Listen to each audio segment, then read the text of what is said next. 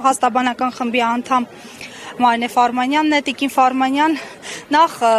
դրվագից, որ Արման Սարոյանին, ինչպես տեղեկացանք, այստեղ չեն զննել, ինչու։ Նախ այդ հանգամանքը մենք արձանագրել էինք նախորդ դատական նիստի շրջանակներում, երբ որ մտանք պաշտպաններով նիստերի դահլիճ, ականատես եղանք, որ 3 դատախազներ եւ Արման Սարոյանը մուտք են գործում դատավորի մուտքի համար նախատեսված դռնից։ Այդտեղից արդեն մեզ մոտ իհարկե վրդովմունք առաջացավ, որ ինչով է պայմանավորված, որ դատավարության մասնակիցները նման տարանջատված, տարբերակված մոտեցման են արժանանում, հետևաբար այս դատական նիստից առաջ, երբ որ մենք մուտք գործեցինք դատարան պաշտպաններով, ականատես եղանք, որ պաշտպաններին շատ այսպես մանրակրկիտ զննում են, հրահանգներ են տալիս ձեռքի իրերը զնման սարքի տակով անցկացնել, առանձին զնման սարքն են մեր վրայով անցկացնում։ Իհարկե սա օրենքով նախատեսված գործողություններ է եւ դատական դեպարտամենտը լիարժեք իրավունք ունի անվտանգության միջոցառումներ իրականացնելու։ Սակայն սա չի կարող վերաբերել միայն պաշտպաններին եւ պաշտպանական կողմին։ Հետո ականատես եմ լինում, որ Արման Սարոյանը մուտք է գործում դատարան, իհարկե հանրային վրդովմունքը եւ հասարակական պարսավանքը լսելի էր դրսից, երևի այդպես քայլերը արագացրեց, շտապեց դատարան ու ուղիղ բարձրանում է դեպի դատական նիստերի դահլիճ։ Ստիպված ես ճանապարհը արգելափակեցի, պահանջեցի կարգադրիչներին, որ ինչպես որ պաշտպաններին, լրագրողներին եւ մյուս անձանց են զնության ենթարկել անվտանգության նկատառումներից ելնելով, այնպես էլ բարի լինի դատական դեպարտամենտը նույն գործողությունները իրականացնի ինչպես տուժողի, այնպես էլ դատախազների նկատմամբ։ Եվ շատ այսպես դժկատությամբ ոչ դատախազները չէին եկել, հետո որ մտանք նիստերի դահլիճ, ես դատախազներին հարցրեցի, թե հարգելի գործընկերներ, դուք զննվել եք մտնելուց եւ որ դռնից եք մտել։ Սա ինչ տարբերակված մոտեցում է, այսինքն եթե իրենք իշխանական լիազորություններից են օգտվում, ուրեմն պիտի մտնեն դատավորի համար նախատեսված դռնից։ Հավասար մրցակցության պայմաններում դատավարության բոլոր մասնակիցները պետք է ունենան հավասար իրավունքներ, հավասար պարտականություններ, սկսած դատարանի դռնից մինչև դատաքննության ամբողջ ընթացքը։ Հետևաբար ես այդտեղ ընդվզեցի, այսպես ասած, այդ անարդարության դեմ, որ սրանից հետո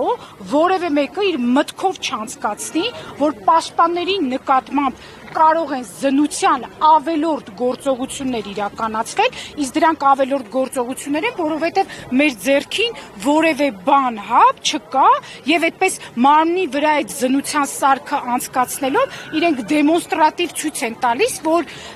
հասարակական ինստիտուտի ներկայացուցիչների նկատմամբ կարող են նմանատիպ գործողություններ անել, իսկ կարող եք դուք նման պատշաճ գործողություններ իրականացնել իշխանական լիազորություններով օժտված հանրային մեղադրողների նկատմամբ։ Ես այստեղ հռետորական հարց եմ հնչեցնում, բայց միևնույն ժամանակ պահանջում եմ, որ հետ այսու հանրային մեղադրողների եւ տուժողի նկատմամբ, անկախ նրանից, որ իրենք իշխանության այսպես աջակցությունից եւ զորակցությունից են օգտվում, լինի նույն մոտեցումը, ինչ որ փաստաբաններին, պաշտպաններին եւ պաշտպանական կողմին, ինչպես նաեւ լրագրողական հանրությանը։ Շնորհակալ։ Տիկին Ֆարմանյան, մեկ ճշգրտում էլ, ամեն գնով գործը ուղարկել Երևան, ինչ է, այսինքն դատավորը ձեռքերը լվանում է, այս քաղաքականությունն է։ Ես չեմ ուզում նման եզրույթ օգտագործել, որ դատավոր Ռուշանյանը ձեռքերը լվանում է, որովհետեւ ինչպես դատական նիստի ժամանակ դուք լսեցիք, ինքը ասաց, որ նույնիսկ իր արձակուրդից չի օգտվի, իր հնարավորությունից, ուրեմն գործից բացակայելու որևէ կերպ դրանից չի օգտվի եւ պատրաստական է գործը շարունակել, սակայն իրավական խնդիր է տեսնում։ Մենք այդ իրավական խնդիրը չենք տեսնում, որտեղ ինչպես պարոն Զոհրաբյանը նշեց, այն արարքը, որը վերագրվում է ամենայն հայոց կաթողիկոսին եւ մեր մյուս հոգեվորականներին, ենթադրաբար այլտեղ քան Մայրաթոր Սուրբ Էջմիածնում կատարվել չէր կարող, որտեղ դա տեղի ունեցել Գերագույն հոգևոր ժողովի շրջանակներում եւ առաջարկը ստանալով ամենայն հայոց կաթողիկոսը իր տնօրինչական կանոնական լիազորությունների շրջանակում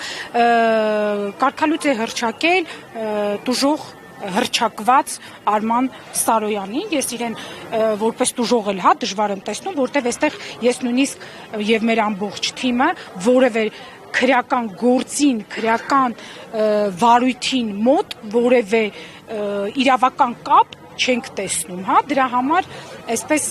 ես նաև Արման Սարոյանին իրական տուժող չեմ էլ համարում։ Իսկ այն հանգամանքը, որ Արման Սարոյանը նշեց, որ վտանգ է զգում իր կյանքի հանդեպ, ինչպես է զարթնում։ Արման Սարոյանը արեստացին է բարձրացնում այդ հարցը, ես դատարանի առջև հենց այդ դիրքորոշումը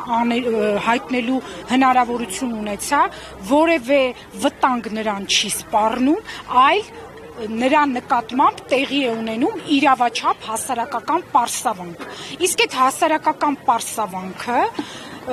եւ հանրային հարթակներում է տեղի ունենում եւ դատարանի առջեւ եւ որտեղ որ ինքը հայտնվի, ես հստակ տեղեկացված եմ, որտեղ շատ անգամ ականատես եմ եղել, որ հանրությունը Արման Սարոյանի հակա իրավական, հակա եկեղեցական գործողությունների պատճառով նրան ենթարկում է հանրային պարսավանքի, իսկ նրա